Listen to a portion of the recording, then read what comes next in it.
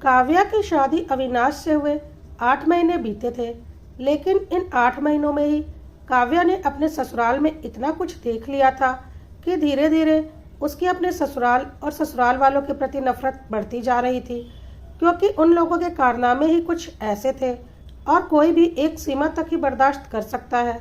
काव्या को समझ में आ चुका था कि वह जितना चुप रहेगी और जितना झुकेगी, उसे उतना ही झुकाया और तोड़ा जाएगा और उसकी बेइज्जती पर बेइज्जती की जाएगी। आखिर उसका भी एक आत्मसम्मान है और वह कोई जबरदस्ती उठकर तो इस घर की बहू नहीं बन गई है, बल्कि गाजे बाजे के साथ बारात लेकर आए थे उसके ससुराल वाले उसे लेने। पूरी सामाजिक रीति रिवाज के साथ समाज के सामने उसकी और अविनाश की शादी हुई है और आज उसे ससुराल वाले एक नौकरानी समझ रहे हैं। उसकी और उस घर के नौकरानी की तुलना की जाती है। काव्या ने आज अपने हक और सम्मान के लिए आवाज उठा ही दी थी और एक कड़ा फैसला ले ही लिया था, जो इस घर में एक बहुत बड़ा तूफान लाने वाला था। लेकिन इसके लिए जिम्मेदार काव्या का ससुराल और ससुराल के लोग थे, ना कि काव्या। और किसी को हद से ज्यादा दुख दोगे तो आज नहीं तो कल वह बुरी तरह से रिएक्ट करेगा ही करेगा, जो कि आज काव्या के ससुराल में हो रहा था। अरे मम्मी जी, आपके घर की नौकरानी थोड़ी ढीली है, देखो कितनी देर लगा दी चाय नाश्ता लाने में, थोड़ी पगार बढ़ाओ इसकी, नंदोई मयंक ने हंसते हुए कहा। नंदोई के मुंह से यह सब कुछ सुनकर काव्या के तन बदन में आग सी लग गई। जहां थी वह वहीं खड़ी हो गई और मयंक की तरफ देखकर बोली, बहू हूँ मैं इस घर की, कोई नौकरानी नहीं हूँ। इज्जत से बात कीजिएगा मुझसे, जैसे मैं दूसरे घर से इस घर में आकर इस परिवार में सम्मिलित हुई हूँ ना, वैसे ही आप भी दूसरे घर से इस घर में आकर इस परिवार में सम्मिलित हुए हैं। दर्जा एक ही है हमारा। बहू इज्जत से बात कर, दामाद है वो हमारे, वरना। सास गरिमा जी ने कहा। वरना क्या मम्मी जी, बस बहुत हो गया। अगर आप लोग मुझसे इज्जत से बात नहीं कर सकते हो तो आज के बाद अपने घर के काम खुद कीजिए या अपने इस बेशरम बेटी दामाद से करवाइए। जब देखो तब मुंह उठाकर ससुराल चले आते हैं, थोड़ी सी भी शर्म नहीं है क्या? अपना घर बार नहीं है क्या? आज काव्या ने हर तरह से दामाद मयंक को बेइज्जत करने की ठान ली थी, क्योंकि पानी अब सर के ऊपर जा चुका था और उसके बर्दाश्त की सारी सीमा खत्म हो गई थी। मयंक जब भी अपने ससुराल आता था तो बात बात पर काव्या का मजाक उड़ाया करता था और उसे बेइज्जत किया करता था, और ऐसा करने में गरिमा जी और नेहा उसका पूरा साथ देती थी। और यह सब कुछ करके मयंक, गरिमा जी और नेहा तीनों को बहुत ज़्यादा सुकून मिलता था, और कभी कभी तो अविनाश भी इसमें शामिल होता था, जो कि अब बर्दाश्त के बाहर होता जा रहा था। इसलिए आज काव्या भड़क उठी थी। बस बहुत हो गया, सुनने की भी हद होती है। आखिर कब तक बर्दाश्त करती रहूंगी मैं? और खबरदार, जो आज के बाद आपने या आपके इन घटिया बेटी दामाद ने मेरे बारे में कुछ भी बोला, ईंट से ईंट बजा दूंगी सबकी मैं। औकात में रहना तुम सब अपनी, वरना सपने में भी नहीं सोचा होगा कि मैं क्या करूंगी। बहुत हो चुकी तुम लोगों की मनमानी, पिछले 8 महीने से झेल रही हूँ यह सब मैं। अगर मैं अपने पर आ गई ना तो तुम लोगों की हेकड़ी निकालने में मुझे बिल्कुल वक्त नहीं लगेगा। कहकर काव्या ने चाय की ट्रे जोर से टेबल पर रख दी और अंदर चली गई। उसके ऐसा करने से सब लोग सकते में आ गए। किसी को भी उम्मीद नहीं थी कि वो इस तरह से जवाब देगी। लो भाई, तुम्हारी भाभी ने तो हमारी इज्जत ही उतार दी, इसीलिए बुलाया था क्या हमें यहाँ? जरा सा मजाक क्या किया हमने इनसे? इन्हें तो वो भी बर्दाश्त नहीं हुआ और इतने गंदे तरीके से इतनी ज़्यादा जली कटी सुना दी मुझे। मेरी कोई इज्जत नहीं है क्या? आज तो कोई फैसला होकर ही रहेगा, वरना मैं इस घर में कभी नहीं आऊँगा। नंदोई मयंक जी ने कहा। मम्मी, भाभी से मुझे ये उम्मीद नहीं थी। भला कोई अपने घर के दामाद को इस तरह से जवाब देता है क्या? आपको नहीं लगता कि भाभी के पर अब कुछ ज़्यादा ही निकल आए हैं? हिम्मत कैसे हुई हो इनकी मेरे पति से ऐसे बात करने की? अपनी बहू से बोलिए अभी का अभी आकर मेरे पति और मुझसे माफ़ी मांगे, वरना हमसे बुरा कोई नहीं होगा। उन्होंने सपने में भी नहीं सोचा होगा कि अब हम उनका क्या करेंगे। समझ क्या रखा है खुद को उन्होंने। नेहा ने कहा। बेटा, तुम लोग उसकी बात दिल पर मत लो, मैं उसे देखती हूँ। आने दे तेरे भाई को, मैं बात करती हूँ। अब ये हमें सुनाएगी? सास हूँ मैं इसकी, ये नहीं है मेरी सास। अभी अविनाश को आने दे, इसकी सारी अकड़ ठिकाने लगवाती हूँ।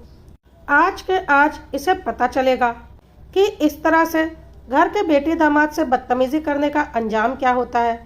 इसे धक्के मारकर इसके मायके वापस ना भिजवाया ना तो मेरा नाम नहीं, नाक रगड़ेंगे इसके मम्मी पापा मेरे आगे, तब भी वापस लेकर नहीं आऊँगी। बस तू अपने भाई को आने दे। सासू माँ गरिमा जी भी अपनी बेटी की हाँ में हाँ मिलाते हुए बोल रही थी। अब काव्या की बुराई पड़ाई शुरू हो चुकी थी। जिसके मुंह में जो आ रहा था वह बोले जा रहा था, पर काव्या अपने कमरे में पलंग पर आकर बैठ चुकी थी। आखिर वो भी कब तक बर्दाश्त करती। अभी उसकी शादी को 8 महीने ही हुए थे, पर इन 8 महीनों में वो कई बार ये बातें सुन चुकी थी और आज उसने फैसला कर लिया था कि यह सब कुछ आज का आज ही वह समाप्त करेगी और इसके लिए उसे जो कुछ भी करना पड़ेगा वह करने को तैयार है। वरना अगर आज उसने समझौता कर लिया तो उसका आगे का जीवन नर्क है। काव्या की शादी से पहले इस घर का काम करने के लिए मेड कमला आती थी। जब उसके पापा अविनाश को देखने के लिए यहाँ आए थे तब खुद गरिमा जी ने बताया था कि कमला उनके घर में पिछले 10 सालों से आ रही है और सारा साफ सफाई, बर्तन और कपड़े धोने का काम वही करके जाती है। लेकिन शादी होकर जब काव्या ससुराल आई तो कुछ दिनों बाद ही गरिमा जी ने कमला को काम पर से हटा दिया था। एक दिन शाम को सब लोग बैठे हुए थे, तब काव्या रसोई में काम कर रही थी। उसी समय गरिमा जी की बहन उनसे मिलने के लिए आई। तब काव्या को ही सारा काम करते देखकर उन्होंने कमला के बारे में पूछा। अरे दीदी, तुम्हारी बहू क्यों बर्तन धो रही है? बर्तन धोने के लिए तो कमला आती है ना। अरे हमें अब नौकरानी की ज़रूरत नहीं, हम तो अब परमानेंट काम करने वाली ले आए हैं, अब से वही संभालेगी हमारा घर, गरिमा जी ने हंसते हुए कहा। उनके बात सुनकर वहाँ बरामदे में बैठे सब लोग जोर जोर से हंसने लगे, जबकि बहू काव्या के हाथ काम करते करते रुक गए। तभी नेहा ने भी कहा, पर मौसी, बस फ़र्क इतना ही है कि ये काम वाली थोड़ी महंगी पड़ गई। कितने पैसे खर्च हो गए इसको इस घर में लाने में, पर फिर भी सुख तो बहुत हो गया। अब खाना भी नहीं बनाना पड़ता, कपड़े प्रेस हो जाते हैं, कुल मिलाकर वो सारा काम संभाल लेती है। उसकी बात सुनकर गरिमा जी के साथ साथ नेहा भी ताली मार मार कर हंस रही थी। काव्या को उन लोगों की बातें सुनकर हैरानी हो रही थी। जब घर के बड़े ही ऐसी बातें करते हो तो घर के छोटों से क्या उम्मीद करे। उसकी शह पाकर नेहा भी आए दिन कुछ न कुछ उसे कह ही देती थी, बल्कि थोड़ा बहुत नहीं, बहुत कुछ कह जाती थी नेहा काव्या को। वो अविनाश से कुछ कहती तो अविनाश हंसकर टाल देता। अरे मम्मी मजाक करती हैं, क्यों उनकी बातों को दिल पर लेती हो? और नेहा का क्या है, वो तो कुछ दिनों के बाद शादी होकर चली जाएगी, वैसे भी उसकी सगाई हो चुकी है। अविनाश हमेशा अपनी मम्मी और बहन का ही साथ देता, क्योंकि वह खुद भी तो अक्सर काव्या का मजाक उड़ाने में शामिल रहता था। काव्या उसके बाद कुछ नहीं कह पाती। 1-2 बार उसने अपने पापा से भी कहा था, पर पापा ने भी उसे समझा दिया था, बेटा ससुराल में छोटी मोटी बातें होती ही रहती हैं, तुम्हें इतनी छोटी छोटी बातों पर दिल नहीं दुखाना चाहिए। अगर वो ऐसा कहते हैं तो तुम इग्नोर करो। वैसे भी बहू घर की नौकरानी नहीं बल्कि घर संभालने वाली होती है, गृह लक्ष्मी होती है। हर घर में थोड़ी परेशानियां तो होती हैं, पर समय के साथ सब कुछ धीरे धीरे ठीक हो जाता है। तुम्हारे घर भी जल्दी ही सब कुछ ठीक हो जाएगा।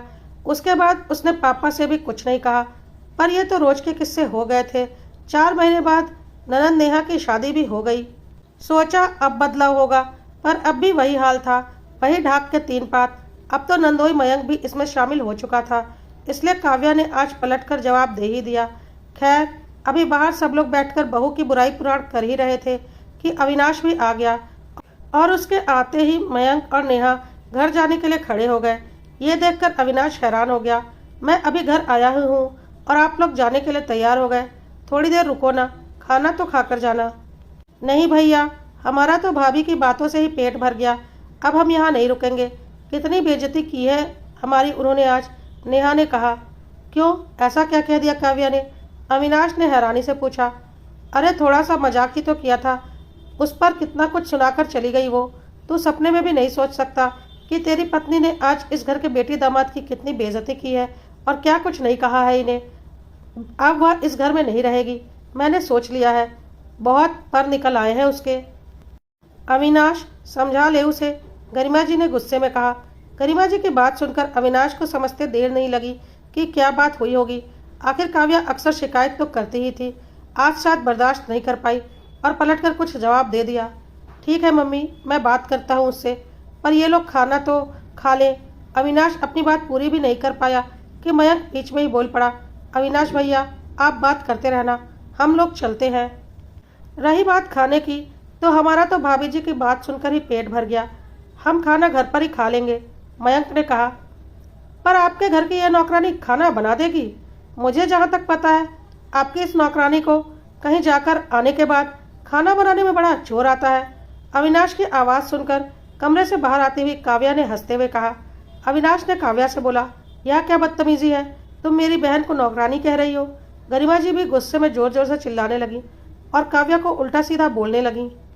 मम्मी जी, मैं तो बस मजाक कर रही हूँ, क्यों बात दिल पर ले रही हैं? काव्या ने हंसते हुए कहा। यह मजाक था, बड़ा ही वाहियात मजाक था। अविनाश भैया, आपकी पत्नी आपकी अपनी बहन को नौकरानी बोल रही है और आप चुप हैं। हमारे घर की में बहू को नौकरानी नहीं बोला जाता, उसका सम्मान किया जाता है, मयंक ने कहा। अच्छा, तो मैं आप लोगों को नौकरानी लगती हूँ? क्या मैं इस घर की बहू नहीं हूँ? आपके घर में जो जगह नेहा की है, मेरे घर में वही जगह मेरी है। अब ज़रा आप बताइए, समझना किसको है? काव्या ने कहा तो सब चुप हो गए। गलती उनकी नहीं है, गलती तो मेरी है, जो मैं इतने दिनों से तुम सबको इग्नोर कर रही थी। पर अब और नहीं, अब मैं तुम सबको तुम्हारी औकात दिखा कर रहूँगी। सुनकर गरिमा जी और अविनाश भड़क गए और अविनाश ने गुस्से में काव्या को एक थप्पड़ मार दिया और बोला, हिम्मत कैसे हुई तेरी इस तरह से बात करने की? तब तक गरिमा जी भी जोर जोर से चिल्लाने लगी, धक्के मारकर निकाल इसे घर से बाहर। अब इसके माँ बाप आकर हमारे पैर पड़ेंगे और नाक रगड़ेंगे ना, तब इसे समझ में आएगा कि किससे पंगा ले रही है। हमारी बेटी से अपनी तुलना करती है? औकात नहीं है तेरी हमारी बेटी से अपनी तुलना करने की। यह सब कुछ सुनकर नेहा और मयंक बहुत खुश हो रहे थे और सोच रहे थे कि इस घर में हमेशा उनकी ही चलेगी और इस घर की बहू की कोई औकात नहीं, वह हमेशा उनके सामने नौकरानी ही रहेगी। लेकिन आज काव्या ने भी बहुत कुछ सोच लिया था और आज इन लोगों की अकल वह अच्छे से ठिकाने लगाने वाली थी। गरिमा जी इतना कहकर काव्या का हाथ पकड़कर उसे बाहर की ओर धक्का देने लगी और वह जोर जोर से रोने लगी। नहीं मम्मी जी, प्लीज़ ऐसा मत कीजिए, मैं कहाँ जाऊँगी? नेहा और मयंक अकड़ रहे थे कि देखो हमसे पंगा लेने का नतीजा क्या हुआ। लेकिन अब क्या होने वाला था, किसी ने सोचा भी नहीं था। गरिमा जी और अविनाश काव्या को घर से बाहर निकाल रहे थे कि तभी अगल बगल के पड़ोसी घर में आ चुके थे, क्योंकि अविनाश ऑफिस से आया था तो उसने दरवाज़ा खुला ही छोड़ा था, जैसा कि उसकी हमेशा की आदत थी। और काव्या ने पहले ही सोच रखा था कि उसे क्या करना है। उसने अपने कमरे की खिड़की से अपने एक पड़ोसी को इशारे से बुला लिया था और बोल दिया था कि उसके ससुराल वाले और ख़ास करके उसके ननद और नंदोई उसके ऊपर बहुत ज़्यादा अत्याचार करते हैं और अब तो उसे मारपीट कर घर से बाहर निकालने की साजिश कर रहे हैं। इस घर में रोज़ ही उसके साथ मारपीट होती है, प्लीज़ मुझे बचा लीजिए। और जब तक यह सब कुछ ड्रामा हुआ तब तक काफ़ी पड़ोसी घर में आ चुके थे। कुछ ने तो उसकी वीडियो भी बना ली थी। किसी पड़ोसी ने पुलिस को भी फ़ोन कर दिया था। पुलिस भी थोड़ी ही देर में अविनाश के घर आ चुकी थी और घर में घुसते ही पुलिस ने एक जोरदार तमाचा अविनाश को और एक जोरदार तमाचा मयंक को लगा दिया, जिसकी किसी ने उम्मीद नहीं की थी, क्योंकि पड़ोसियों ने पुलिस को घर में घुसने से पहले ही वीडियो भी दिखा दी थी और अच्छे से बता दिया था कि इस घर के जालिम ससुराल वाले घर के बहू को कितना टॉर्चर कर रहे हैं। अविनाश, मयंक, गरिमा जी और नेहा ने सपने में भी नहीं सोचा था कि आज उनके साथ क्या होने वाला है। पुलिस वाले अपने साथ लेडी पुलिस भी लेकर आए थे और पुलिस वालों ने मयंक और अविनाश को पकड़ा और लेडी पुलिस से बोला, पकड़ो इन दोनों औरतों को और बंद करो जेल के अंदर और सबके ऊपर दहेज और घरेलू हिंसा का केस लगाओ। इतनी अकड़ बढ़ गई है इनकी कि घर की बहू को दहेज के लिए प्रताड़ित कर रहे हैं और घर से निकाल रहे हैं। आज मैं इनकी सारी अकड़ ठिकाने लगा कर रहूँगा। ऐसा केस लगाओ कि जमानत तक ना मिले। अविनाश को काव्या को थप्पड़ मारते हुए और घर से धक्के मारकर निकालते हुए सारे पड़ोसियों ने देखा था और सबूत के रूप में वीडियो तो था ही। अच्छा फंस चुके थे मयंक, नेहा, अविनाश और उसकी माँ गरिमा जी। और अब वह सब काव्या के हाथ जोड़ने लगे और बोलने लगे, हमें माफ़ कर दो काव्या, हमसे गलती हो गई, आगे से हम ऐसा कुछ नहीं करेंगे। मयंक और नेहा की तो हालत खराब हो गई और वह लोग कविता के आगे गिड़गिड़ाने लगे। कविता जानबूझकर डरने का और ज़्यादा नाटक कर रही थी, क्योंकि आज उन्हें उनकी औकात जो दिखानी थी। और वह पुलिस वालों से बोलने लगी, प्लीज़ इन्हें छोड़ दीजिए, वरना यह लोग मुझे बहुत मारेंगे। यह सुनकर पुलिस वालों को और जोर का गुस्सा आया और उन्होंने बोला, आपको डरने की कोई ज़रूरत नहीं, बहुत मारने का शौक है ना इन्हें, मैं बताता हूँ मारते कैसे हैं। कहकर पुलिस वालों ने कई जोरदार तमाचे अविनाश और मयंक को लगाया और साथ ही लेडीज़ पुलिस को इशारा किया तो उन्होंने भी 2-4 जोरदार थप्पड़ गरिमा जी और नेहा को लगा दिया। और आज उन्हें अच्छे से समझ में आ गया था कि किसी को हद से ज़्यादा प्रताड़ित करने और बदतमीजी करने का अंजाम क्या होता है। गरिमा जी को जो भी सबक देना था काव्या दे चुकी थी और अपनी हैसियत भी आज उसने दिखा दी थी। फिर काव्या ने पुलिस वालों से बोला कि मैं अपना घर नहीं तोड़ना चाहती, चाहे कुछ भी हो मुझे रहना तो इसी घर में पड़ेगा। प्लीज़ आप इन लोगों को छोड़ दीजिए, शायद आज इन्हें अपने किए का सबक मिल गया होगा। पुलिस वालों ने उन लोगों को चेतावनी के साथ छोड़ दिया कि अगर आगे से कभी इस घर से कोई भी शिकायत आई तो तुम लोगों की खैर नहीं। पत्नी तो ले आते हो, बहू तो ले आते हो, भाभी तो ले आते हो और उसका सम्मान करना नहीं जानते। साथ ही पुलिस वाले ने गरिमा को अपना पर्सनल मोबाइल नंबर देकर बोला, अगर कभी कोई दिक्कत हो तो बस मुझे कॉल कर देना, इन्हें तो मैं सीधा कर दूंगा। कहकर पुलिस वाले वहां से चले गए और पड़ोसियों ने भी गरिमा से बोला, आगे से कभी कोई दिक्कत हो तुम किसी तरह से बस हमें बता देना, इन लोगों को हम सीधा कर देंगे। बहू का सम्मान करना चाहते नहीं और बहू लेकर चले आते हैं, सोचते हैं उन्हें एक नौकरानी मिल गई। यह नेहा तो पहले से ही एक नंबर की बदतमीज थी और इससे ज़्यादा बदतमीज इसका पति मिल गया है। पर तुम चिंता मत करो, हम सब तुम्हारे साथ हैं। पड़ोसी भी एक एक करके वहाँ से निकल गए। आज अविनाश और उसके परिवार की अच्छी खासी बेइज्जती और कुटाई दोनों हो चुकी थी और काव्या ने उन्हें उनकी औकात दिखा दी थी। सबके जाते ही काव्या जोर जोर से हंसने लगी और बोली, निकल गई सारी हेकड़ी, मुझे घर से निकालना था ना, चलो निकालो। सब हैरानी से काव्या की ओर देख रहे थे। काव्या ने बोला, मैं यह सब कुछ करना नहीं चाहती थी, मुझे भी अपना परिवार बहुत प्यारा है और आगे भी रहेगा, पर तुम लोगों ने मुझे मजबूर किया ऐसा करने के लिए, और एक बार तुम्हें तुम्हारी औकात दिखानी तो बनती थी ना। अगर तुम सब मेरे साथ सही से रहते तो यह सब कुछ कभी नहीं होता। रिश्ते निभाने मैं जानती हूँ, पर रिश्ते निभाते निभाते खुद को पूरी तरह से तोड़ देना, अपमान सहते सहते खुद का अस्तित्व ही खत्म कर देना, यह मुझसे अब और बर्दाश्त नहीं हो रहा था। तो तुम लोगों को एक ट्रेलर दिखा दिया। आगे से मुझसे बहुत सोच समझ कर बात करना। पत्नी और बहू समझकर सम्मान दोगे तो मुझसे दुगना सम्मान पाओगे, क्योंकि मुझे अपना घर बसाना है, बिगाड़ना नहीं है। अविनाश और गरिमा जी को समझ में आ चुका था कि काव्या से समझौता करके रहने में ही उनकी भलाई है, वरना वह अब कुछ भी कर सकती है, क्योंकि उसके बर्दाश्त की सीमा खत्म हो चुकी है। लेकिन काव्या ने आज मयंक को अच्छे से सबक सिखाने की ठान ली थी, क्योंकि आज जो कुछ भी हुआ था सारा कुछ उसी की मेहरबानी थी और अविनाश और गरिमा जी को भी उसने ही भड़काया था।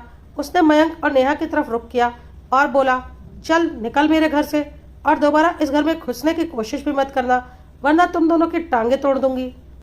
यह मेरा घर है, मेरा परिवार है और मेरे परिवार में सिर्फ मेरी सास, मेरा पति और मैं हूँ। उसके बाद मेरे बच्चे होंगे। तुम दोनों आइंदा इस घर में कदम भी रखोगे ना तो तुम दोनों की खैर नहीं। और अगर अपनी माँ से मिलने का इतना ही शौक है ना तो अपने घर बुला लिया करना, मेरे घर में घुसने की जरूरत मत करना। अविनाश और गरिमा जी ने बोला, यह क्या बोल रही हो काव्या, हम अपनी गलती मान तो रहे हैं, आप घर के बेटी दामाद को इस तरह से क्यों बातें सुना रही हो। जब हम लोग सब कुछ समझौता करने को तैयार हैं और अब यह लोग भी कुछ नहीं बोल रहे तो रिश्तों को और मत बिगाड़ो ना। लेकिन काव्या अपनी बात पर अड़ी हुई थी और बोल रही थी, यह मेरा घर है, मेरे पति की कमाई से बना है, मुझे बहुत अच्छे से पता है। ससुर जी का घर तो आपने बेचकर अपनी इस प्यारी बेटी की शादी की है, तो अब इस घर पर आपकी प्यारी बेटी का कोई हक नहीं और ना ही आपके इस मक्कार जमाई का है। और मेरे घर में इन दोनों को दोबारा घुसने की कोई ज़रूरत नहीं। आपको अपनी बेटी दामाद पर जब भी प्यार उमड़ा करे तो जाकर उनके घर मिलाइएगा, लेकिन मेरे घर में यह लोग दोबारा कदम नहीं रखेंगे। मेरे ही घर में आते हैं, मेरा ही खाते हैं और मुझे ही चार बातें सुनाकर चले जाते हैं। औकात है इनकी।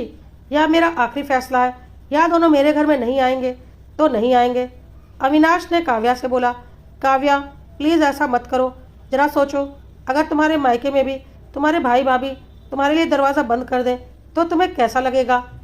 काव्या ने बोला, मेरे मायके में मेरे भाई भाभी मेरे साथ ऐसा कभी नहीं करेंगे, क्योंकि मैंने आज तक अपनी भाभी का अपमान नहीं किया और ना ही मेरे भाई और मम्मी पापा ने किया है, बल्कि उन्हें घर की लक्ष्मी माना जाता है। और अगर तुम्हारे घर में भी यही माहौल होता ना तो आज यह दिन कभी नहीं आता। लेकिन तुम्हारी माँ और बहन को तो बहुत अकड़ थी ना बहू को दबा कर रखने की, तो आज निकल गई सारी अकड़। और तुम्हारे इस बहन के पति को बहुत अकड़ थी ना घर में दामाद बनकर हेकड़ी दिखाने की, तो घर की बहू ने निकाल दी ना घर के दामाद की सारी हेकड़ी। नेहा और मयंक और अपमान बर्दाश्त नहीं कर पा रहे थे और मयंक ने बोला, बस भाभी बहुत हो गया, बहुत बोल दिया आपने। तो काव्या ने भी गुस्से में बोला, तो अभी भी यहाँ खड़े क्यों हो, मेरे ही घर में मुझसे धक्के मारकर निकलवा रहे थे ना, अभी तुरंत का तुरंत निकलो मेरे घर से बाहर, वरना तुम्हें धक्के मारकर बाहर निकाल दूंगी। मयंक और नेहा अपमान का घूंट पीते हुए चुपचाप वहाँ से निकल गए। गरिमा जी चाहकर भी अपनी प्यारी बेटी और दामाद के लिए कुछ नहीं कर पाई, क्योंकि अभी भी उनके गाल में पड़ा पुलिस के थप्पड़ उन्हें महसूस हो रहा था। एक बार को उन्होंने काव्या के मम्मी पापा से बात करने की कोशिश की, लेकिन काव्या के पापा ने साफ बोल दिया, यह आपके घर का मामला है, आप जानिए, और किसी को इतना मजबूर नहीं करना चाहिए कि वह ऐसा कोई कदम उठा ले। जब आपके घर के मामले में हमने अपनी बेटी के लिए कुछ नहीं बोला, तो अब हम आपके लिए कैसे बोल सकते हैं, कहकर उन्होंने भी किनारा कर लिया। इसलिए गरिमा जी और अविनाश की काव्या के मायके की तरफ से भी सारी उम्मीदें अब खत्म हो गईं। काव्या ने अविनाश और गरिमा जी की तरफ देखा और बोला, आज मैंने जो कुछ भी किया मुझे नहीं करना चाहिए था, और आगे से ऐसा कभी कुछ नहीं होगा। बस आप लोग सही तरीके से मेरे साथ व्यवहार कीजिए, तो मुझसे भी आपको हमेशा अच्छा व्यवहार ही मिलेगा। मैंने जो कुछ भी किया आप लोगों की वजह से मजबूर होकर किया, पर अब मैं आप लोगों के साथ अपना रिश्ता हर तरह से निभाने को तैयार हूँ। लेकिन आपके बेटी और दामाद अब मेरी ज़िंदगी में बिल्कुल भी हिस्सा नहीं है, और मैं उनसे कोई संबंध नहीं रखना चाहती, क्योंकि मेरा पति कुछ बोले मैं बर्दाश्त कर सकती हूँ, मेरी सास कुछ बोले मैं बर्दाश्त कर सकती हूँ, लेकिन घर के बेटी दामाद आकर मुझे कुछ भी बोलकर निकल जाए, या मैं हरगिज बर्दाश्त नहीं करूँगी। और ऊपर से हेकड़ी भी दिखाए कि वह मुझे घर से धक्के मारकर निकलवा देंगे, वह भी मेरे ही पति के घर से, तो आपको लगता है कि मुझे शांत रहना चाहिए, कहकर काव्या अपने रूम में चली गई। अविनाश को भी समझ में आ गया था कि काव्या से बनाकर रखने में ही उसकी भलाई है, वरना वह कोई भी कदम उठा सकती है। नेहा और मयंक पूरे रास्ते अपमान का घूंट पीते हुए जा रहे थे, और उन लोगों ने सोच लिया था कि अब कभी उस घर में नहीं जाना है। अपनी अकड़ और गंदे व्यवहार की वजह से आज अपमान के साथ साथ नेहा का मायका भी हमेशा के लिए खत्म हो चुका था, और इसके जिम्मेदार खुद नेहा और उसके पति थे।